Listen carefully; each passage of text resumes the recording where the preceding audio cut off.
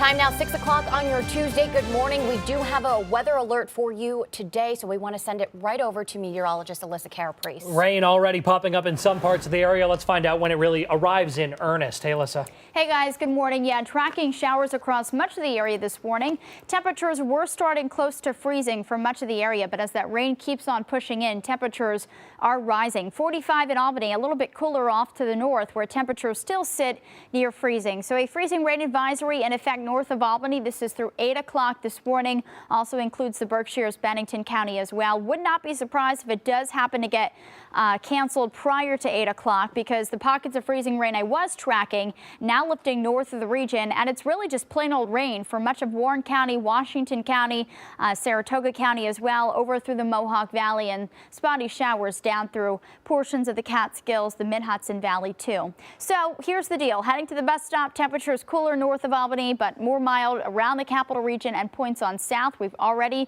jumped up to 45 in the capital region. Expect rain to begin overspreading the region, and this is going to carry into the afternoon. It's widespread, maybe falling heavy at times, the high climbing up to about 50.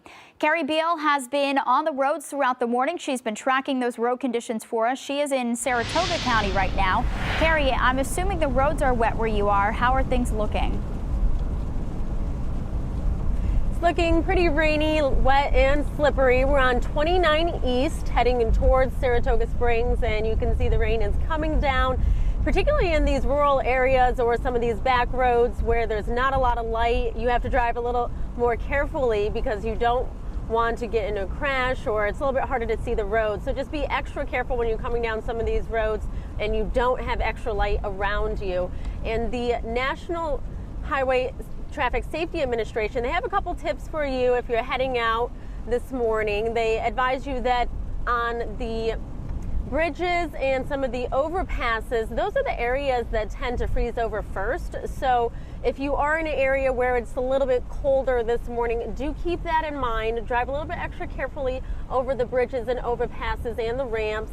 They also recommend that for this winter season, you have a couple extra things in your car, like a blanket or a cell phone charge or anything that could really come in useful if your car breaks down, because again, temperatures can be pretty cold and you want to always be prepared just in case. And also this season, we haven't gotten a lot of rain, so that means the roads may be extra slippery. So just keep that in mind as you're heading out. But for the most part, it's not too bad this morning, just a lot of rain coming down in many regions. I'm Carrie Beal reporting live for CBS 6 News. Back to you.